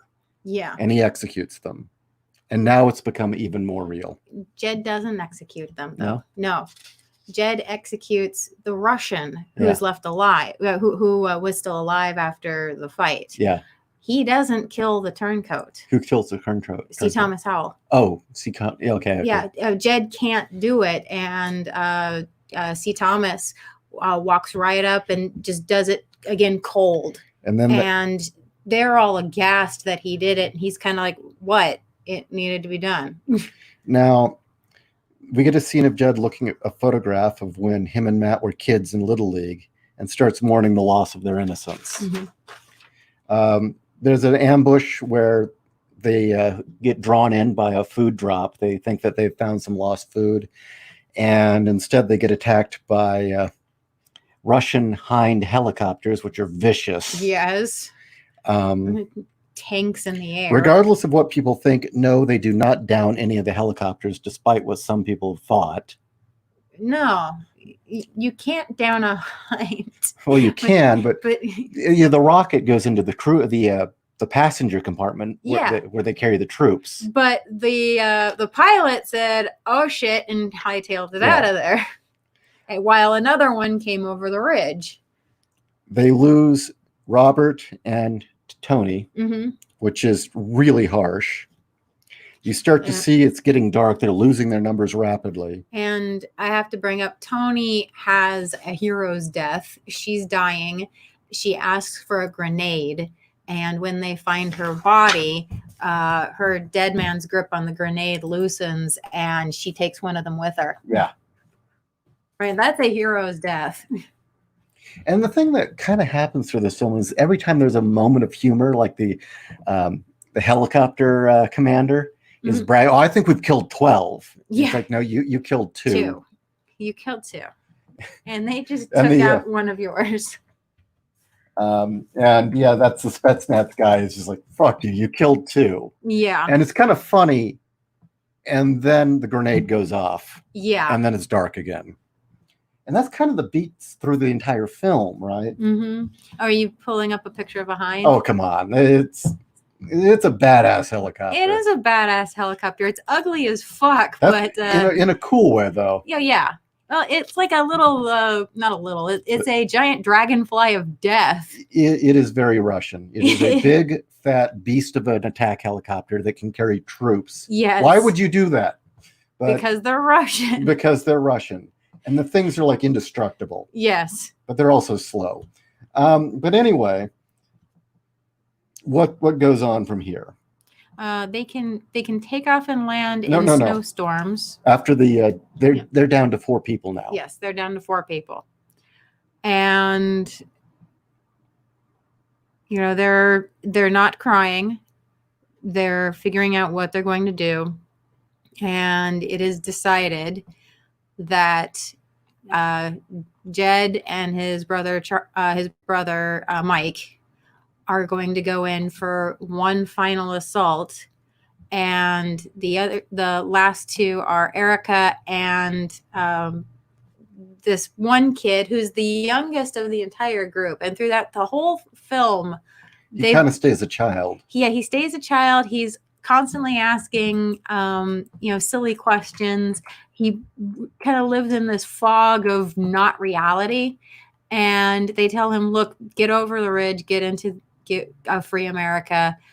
You need to live." And she's played by Leah Thompson. It's Erica. Erica says, "No, I'm going to come with you." And they tell her, "No, you need to take him." And basically put it into her hands. You have to watch him. And that's what gets her to go. Yeah. And somebody's got to live. Yeah, somebody's got to live. And Charlie Sheen, not Patrick Swayze, says, look, my brother and I are all spent, but we are also all we have. So we're going to go together. And we get a shot of Bella, the Cuban commandant, and he's writing to his wife in Cuba, and he's like, I'm sick of this. I'm tired of the war. All I want to go is look into your all I want to do is look into your eyes and forget. Yeah. Again, going with memory. We get this massive blaze of glory where they go in, the two brothers go in and just they try to take out as many as they can, but it's not in a Death Wish Rambo type way. They're wearing Russian military uniforms. There's a snowstorm, so visibility is shit, and basically they're able to sneak right in and sneak right back out, and nobody can understand why everything's exploding and everyone's dying. And just explosions. They're walking to their deaths. Mm-hmm. The only reason they last as long as they do is they don't care anymore. They don't care if they get shot. They don't care how much, they're just going to keep fighting till they're dead. And that's what happens. Yeah. Charlie Sheen dies. The Russian commanders die. Mm-hmm. The only one who doesn't die is Bella. Yeah. And he sees the two brothers. Jed's carrying his brother, and Bella looks at the two of them and just says, go with God. Mm-hmm. And he watches them go. And that's pretty much the end scene with the brothers. Is they're in the park, the swing set behind them. Everything's iced over. And he says, Dad will be here soon. I'm so tired. Don't worry, Dad will be here soon. Now rest. Yeah. And the very end is Erica and the other kid making it to Free America. Now, the end, you see the war is finally won. There's a monument to the rebels led by Jed Eckert. It was Jed Eckert and his rebels. And we get a narration of Erica saying that she goes every year so that she doesn't forget. Mm-hmm. And that she remembers them, that she's never forgotten what they did. And it says, there's a plaque there, and it says, these children died so that America would not perish. Mm-hmm. And I think that is something that should be taken to heart in times like these, because I saw a discussion in the chat about, we'll just have to wait it out and see who wins. Mm-hmm. And hope the asshole doesn't win. Yeah. But the point is, it's through the 80s and definitely into the 90s, Milius was essentially saying that we had grown comfortable, that being able to enjoy these luxuries and these freedoms, we were children. And at some point, we were going to have to be adults again. And being adults sometimes means dying so that this land does not perish and there's a future for our children, and that there are things bigger than us. Well, so in times like these, when we've got our history being destroyed, statues being pulled down, power brokers trying to topple this country and replace it with something disgusting, let's hope it never comes to that. But we may one day ourselves decide, are we going to stay children and let the abusive parent replace our good one? Or are we going to step up and do what we have to and be adults? And sometimes that means dying. Well, just going with what you were saying, I had some asshat on Twitter, tell me, how dare I put statues in front of human lives, and why was I getting pissed off that these statues were being torn down when I don't know what the fuck their point was, but basically it was supporting tearing down statues. And I'm like, look, statues, yes, a statue is just wood and is just stone and metal.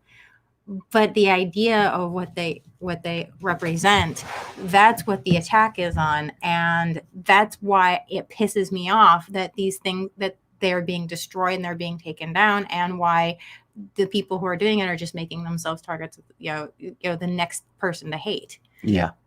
And sure, the humans that these statues were based on are human beings, and they were people of their time, and they were flawed, but they also did amazing things. Mm-hmm. And keep in mind that we build statues to these individuals because of what they had done and what they had come to mean. And there was a wonderful episode of Deep Space Nine where they were talking about the Alamo, and they were talking about Davy Crockett and the legend of Davy Crockett and the truth of Davy Crockett. And Bashir and O'Brien are arguing, oh, the real Crockett did this and this and this, but he's known as this. And Worf comes and says, so was this Davy Crockett a great warrior? And well, in legend, yes. Then he is a great warrior. There you go. Thank you. Yes. And you know what? That is the important part. It is what these things have come to represent. Mm-hmm. Sure, Jefferson was flawed, but he was also a great man, and he has come to represent that we hold these truths. Yes. Right. Well, all of our founding fathers, they're human, yes, but what the ideas that they have come to represent and to let them are greater than them or all of us. And it does not end with statues, the symbols, the icons of who we are as a culture and a people, and what sets us apart and makes us different. No, because then it leads to books being burnt in the town square, and it turns to documents being disappeared and movies being erased forever. No. Sometimes statues are more important than a couple little shits out there with ropes who want to pull it down and stomp on the heads and Mm-hmm. spray paint them. Yes, there are things greater than ourselves. And, yes, maybe Father Sarah did do some bad things. But the symbol of Father Sarah, the saint that is Father Sarah, the Catholic icon that is Sarah, is a higher ideal. Mm-hmm. And to topple that down, again, is an attack on the ideals, not the individual. And what's next? It will be churches. It'll be government buildings. And then it'll be homes and schools. It's already government buildings. Right. And at some point, are we going to be children and let someone else rule our destiny? Or are we going to be adults? Mm-hmm. And I am in no hurry to stand on a front line. And I hope and pray that as an atheist, I pray that it never comes to that. But if it means the choice between the United States and these piece of shit, pinko little shits who want to turn this into a great big commune and re-educate us, I guess I'll take the bullet. I've already taken one.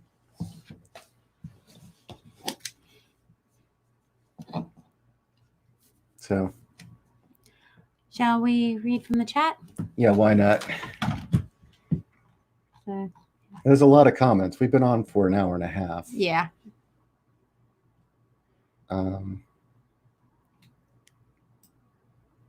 Wolf Media says, I'd rather be dead than re-educated. I agree. Endless Nocturne, when the commies take over, all we got to do is destroy all the avocados and starve them out.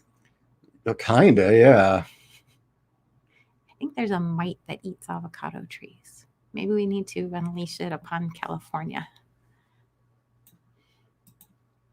Mad Ginger, I have some Irish in some French once. I out some Irish in some French once. Does that count? I don't think I understand that sentence, but okay. You're Ginger. You're Irish. Yes.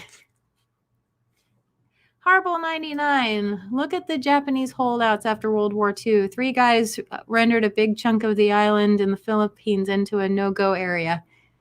Yeah. Yeah. Exactly. Okay, I answered the one about biowarfare. Let's see here. Endless Nocturne. Monuments being destroyed separate separate us from our history and run the risk of revisionist history like this becoming accepted as fact. Extremely true. Extremely true. Crash Weezerman. I love that name. Haven't seen this movie in a long time. I remember liking it and having always been surprised when I hear people trashing it. Well, I've come to the conclusion the reason it was trashed so much is because it wasn't a dumb war movie, that it wasn't poorly written, that it wasn't a great big dumb stupid explosion extravaganza. It is a war movie, and it's exceptionally well written. And I think it hit way too close to home to a lot of these. Well, what do we call them? There's limousine liberals, and what's the coffee house communists? Or, essentially all these Marxists that all happen to be millionaires or billionaires. Well, I was always hearing it referred to laughingly as the documentary known as Red Dawn. It's kind of a the documentary for the like the Mandela War. The Mandela effect. Oh, Mandela effect. Okay, yeah. The thing is, it's just amazing how prescient the message is.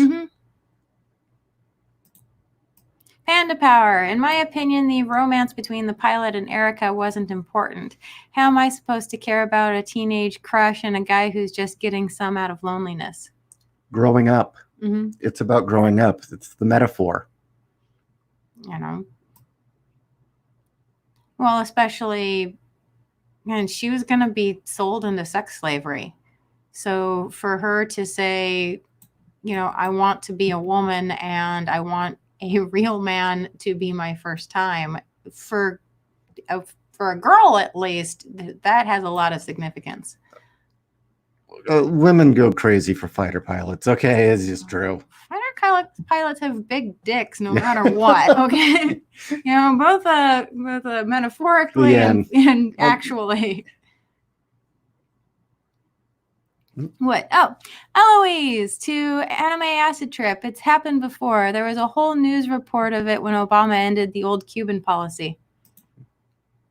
GM Head. In the early days of World War III, guerrillas, mostly children, placed the names of their lost upon this rock. He's quoting from the... Yeah, this is the plaque at the end. Yeah, they fought here alone and gave up their lives so that this nation should not perish from the earth. Thank you, GM Head. There you go. Think about that. James Patrick, step up. The founding fathers gave up everything, their lives, their fortunes, their reputations for this dream. We shouldn't squander what they and everyone else after them did. I agree.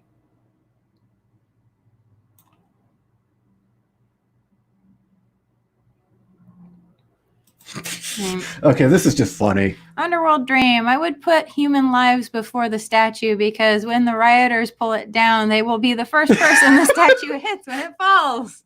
Didn't they almost kill somebody that way? It was like, or is he still in critical condition? I have no idea. It hit 2 people right in the head. It was what was it, a bronze statue? Yeah, it was. It had to be several tons.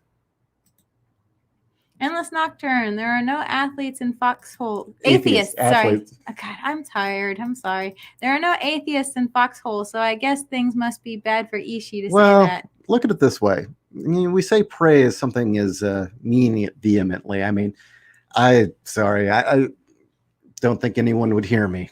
I don't think anyone's listening, but you know what I mean. It's the gesture alone. There actually is advice for... I studied fighter pilots quite a bit. I think they say the same to other branches. But most pilots are of faith, but for the pilots who are atheists, and I take this to heart, they tell them every time you go up, just assume you're already dead. And if you can do that, you're cut out for the job. Of course. And I'll start getting quaky, I hear it, but I'll have to say it. I've already been shot once, and it was in a very, very violent situation. And I looked down the barrel of death and knew with an absoluteness, for me at least, that there wasn't going to be anything on the other side. And I accepted it. So So keep in mind when I say if I have to die, I have to die, I don't have the reward of being a good person and going someplace. It's because I believe in higher ideals and that there's more than just genes we leave behind us. Also shirts. Come on, you knew it was coming. Oh. You knew it was coming. Hi, Owen. If Wolverines had Guyver units, those commies would be running back to their cold motherland. Well, the point is, though, is that they only had small arms. In fact, they only had the same tools that the Viet Cong and the Mujahideen had, and they still sent them back. Yeah. Now, granted, they had military support over the border, but so, any conflict, you're going to have some sort of foreign power giving you some material support. Maybe minimal, but it will still be there. Yeah. So it was actually a very realistic scenario. Endless Nocturne. I think the mental anguish of being unpersoned by the mob causes me to be more hesitant than the fear of being physically attacked. I might be weird. No, I absolutely agree with you. The thought of losing my identity to the collective, losing my books, losing my works of art that I've written, losing my friends. Yeah. Some things are worse than death. Exactly. All right, guys. I don't think there's any other comments unless you want to throw in. Anime Acid Trip says the Chaz is proof we're divided as a nation. Oh, we're severely divided, but I said something today earlier when there's a shot of some of the BLM protesters, and there's the girl calling out over the megaphone that how many of them are alive, who's injured, and who died. And you can look at the shell shock on their faces. And I said, the children have now realized revolution isn't a game. Yeah. Well, the fact that they had infighting where they were shooting each other, and what they do, they called 911. Yeah, the fucking pussies are there screaming and yelling about how they don't want cops. The first thing they did when the shooting started was call the cops. Yeah, no, fuck them. Totally fuck them. Do you really want us to do an episode on that? I mean, I thought that was kind of played out that everyone else was doing a show. I mean, we can talk about it, but I don't really think we can add much other than laughs. The fact that I kind of feel like at this point we'd actually need to play it, and I really don't want that in my brain. I've got Bloodstained, and I recently downloaded the PS1 game Medieval and are reliving my childhood with that. So I'd rather do that than play this stinking running diarrhea of a game. It's got every trope. It's got lesbianism, bull dykes, yes, violent transsexual, post-op or pre-op transsexual, that looks ugly as shit. Yes, you have the alpha male hero getting killed by a tranny. Yes, you've got the cute Jewish girl who literally stops the game to talk to the viewer about the Holocaust. You've got. Am I missing? I know I've barely scratched the surface on all the tropes of SJWs. Feminists who are so scared of not only sex, but sex that's actually fun and enjoyable, having very not fun, not enjoyable anal sex between a lesbian and a post-op. Yes. Oh, and killing the dog who's obviously supposed to represent the patriarchy. And on top of that, the number one biggest trope of SJW gaming, it's not fun. No. It is purposely not fun. It's meant to depress you. Oh, and the creator trying to trick you. Oh, yeah. They tried to rip you off. Try to trick you and take your money. Yeah.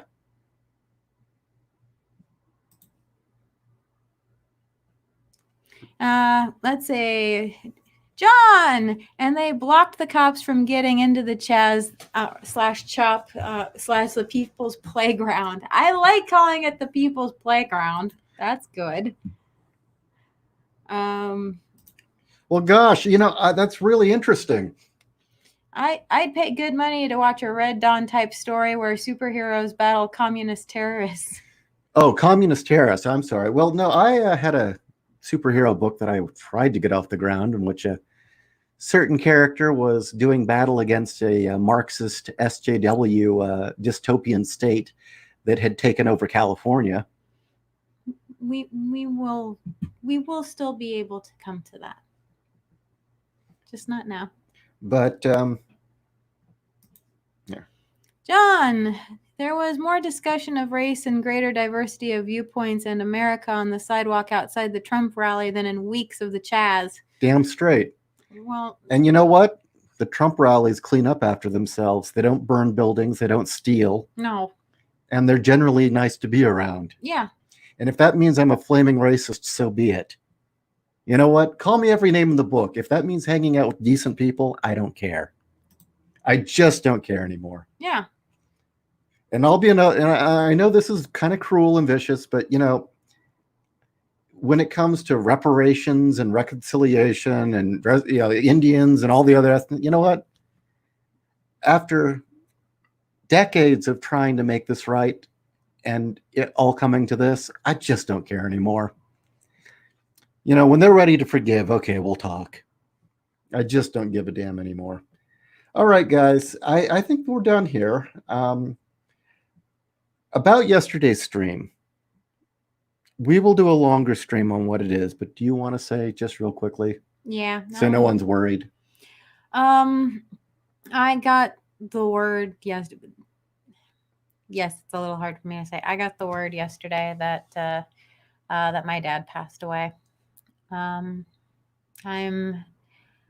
very thankful that I was able to see him last weekend, that I did have that time with him, and that I got to tell him everything that I wanted to say to him. It just makes it hard because tomorrow is Father's Day. So for those of you who are fathers, thank you. Continue raising excellent kids. And for everyone who whose father is still in their lives, if you are able to, tell them that you love them. Tomorrow especially. Tomorrow's Father's Day. Yeah. Yeah. So just Shit, you didn't. No. God, I'm sorry. It's okay. Okay. So yeah, that's why the last 2 days have been weird with us as far as shows. And yeah, keep going. But thank you, Squeaky Pickles. Thank you, everybody. Thank you, Endless Nocturne. Thank you, Damien and Zen and Ginger. Thank you, and Ricky. And Eloise. I'm probably missing people. Just thank you all so much. Yeah. Speaking of someone, we've talked about my dad. My dad devoted his life working for his country. He could not, whether he wanted to be or not, I legitimately don't know, but I know he couldn't actually be in the military because of his eyesight.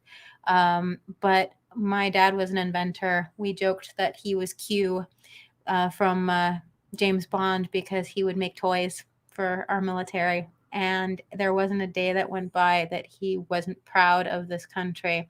And even if he didn't agree with the politicians or who was in the White House, it was his country. It was his country, and that he put the ideals of this country above the person who was in the White House. And he every day worked to make it a better place for myself and for my brother and for my brother's children and for everybody. And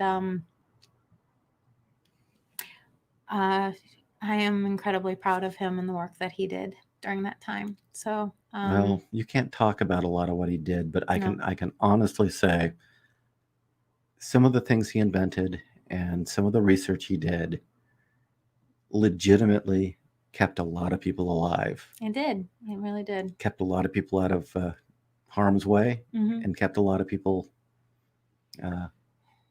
protected from. Kept a lot of soldiers safe. or safer. You can't be safe while you're overseas, but helped to keep a lot of soldiers safe, and also very much so helped to keep cops safe from drug dealers.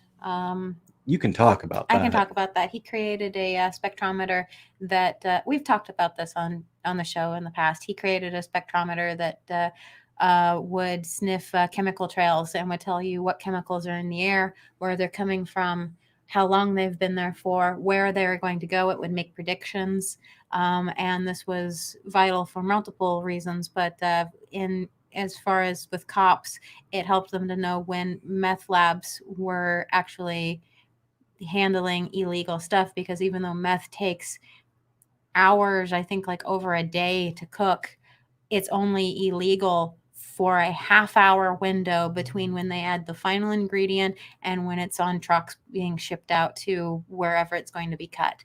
Cops only have a half-hour window to get in, and his scanner would tell them when they could go, so that when they made the bust, it would actually stick and those assholes would be in prison rather than being out on the streets again for having, quote, legal substances or not cooking meth. So, yeah, I am fiercely proud of my father. And so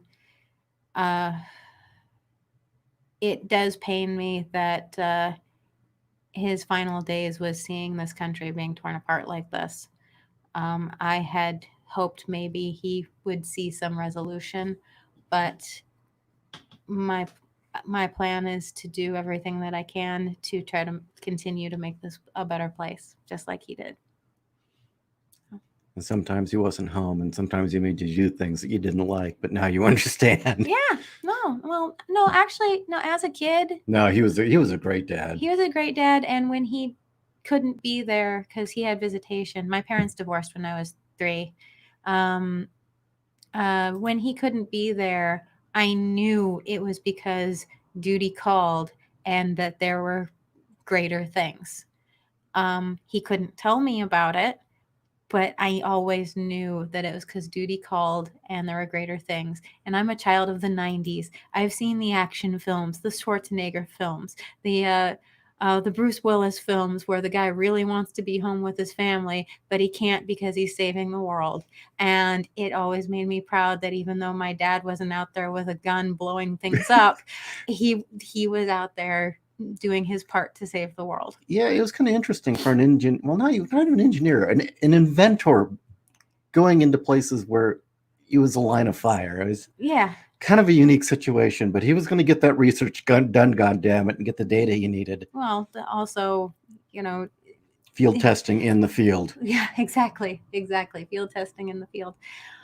So anyway, well, I'm gonna probably talk more later. But I want to share one other thing about your dad, and then we'll do a show about your dad. Okay. Okay. We often hear a lot of these feminists bitching about, well, why am I not paid this? Why am I not paid this? And I got to ask how many people out there would do what her dad did in his 20s when he needed to put food on the table. Oh, and the jobs he took while he was waiting for his final clearances? Yeah. And to get where he did. And that, how many years did he spend at the reactor? That I don't know. I'd need to ask my mom. He spent at least a year or two. At least 2 years, yeah. Crawling around inside a nuclear reactor with risk of being contaminated. Mm-hmm. 5 days a week. It was a centrifuge. Yeah. Yeah. And that the risks there is that either you would be irradiated, or if a pipe blew, you would be dissolved in, I forget what kind of acid. I don't recall at the moment. Okay. And how many people would do that for their kid? I think I've brought this up before. This I can share. Fun story. Again, while he had this job was bad enough that everybody had to have to wear a sensor. Huh? It was a film bag. Well, I'm getting to that. Yeah, you had to have a quote sensor on them when they would go to work. It was called, as Ishii said, a film badge. And why was it called a film badge? Because this was back in the dark days before digital cameras, where people were taking photos using film, and they found that when film is exposed to when film is near radiation, it doesn't matter what canister it's in, unless it's shielded, it will expose the film. So his work badge had a little sliver of film in it, and every week they would test it to see, okay, have you been exposed to radiation? And suddenly, like, it was like, DEFCON 4 at his work. Everybody is like, why are you still walking? You are being exposed to massive amounts of radiation. You shouldn't even be alive right now. You should be in a hospital vomiting your guts out. Why are you here? And they had to do all these tests and all this other stuff. But like for a while there, every badge that he would get, when they tested, it would come back as like highly super positive. And so they started having people follow him around, and their badges would come back negative. But they would follow him from from the time he punched in to the time he punched out. They're like, what the hell are you doing? And so once they established that it wasn't the facility that had a leak, they're like, okay, where are you going that's got this leak? Turns out what it was we had one of those old televisions from the 70s, the kind that just like with old microwaves, they tell you don't stand behind it because it'll like burn your nuts off. Well, he was putting his badge on top of the television, and where it was just at that lip where the radiation from the back of the TV was flowing over the top of the TV, and it was exposing the film. So our television was radioactive. Yes. Well, it was an old Trinitron, and didn't you say that he would leave it on when he slept? I don't know about that, but he put his badge on top of it. Well, yeah, I thought it was that he left the TV on all night, so it'd sit there and slowly absorb radiation. I think it's that he would stay up late. He'd go to bed after my mom went to bed. But yeah, I always found that funny. Someday when the documents are declassified, maybe they will. I would love for them to do that. Don't worry. Give it 30 years, they'll declassify the stuff. Yeah. It's okay. Why don't we go for that walk? Okay. Thank you again, everyone, for listening to me talk. Thank you, everyone, for your sympathies and well wishes. You have no idea how much that means to me. Rikia, an inventor with a beautiful redheaded daughter, sounds like the guy that saves the protagonist in a Heinlein juvenile, doesn't it? Well, your dad, that's a compliment. Your dad loved Heinlein. Heinlein was one of his favorite authors. In fact, I don't think he could have been prouder when he realized I was old enough to read Starship Troopers. I wish I had liked it a bit more when I first read it, but I lied to him and said it was amazing. But no, when I first read it, Heinlein's style. You didn't get it. It was Heinlein's style. I just couldn't get into it. But very pulp. But same with William Gibson. The first time I read it, I really couldn't get into it. It took another reading. Well, that's a different reason. Huh? That's a different reason. Yeah. Well, that's for a different show. Anyway, thank you all very much. Thank you, everyone, for joining us this evening for Red Dawn. Do we have an idea of what we're doing next week? Can we tease them or not yet? I didn't know if we really had the time to do what you recommended. For next week? Oh.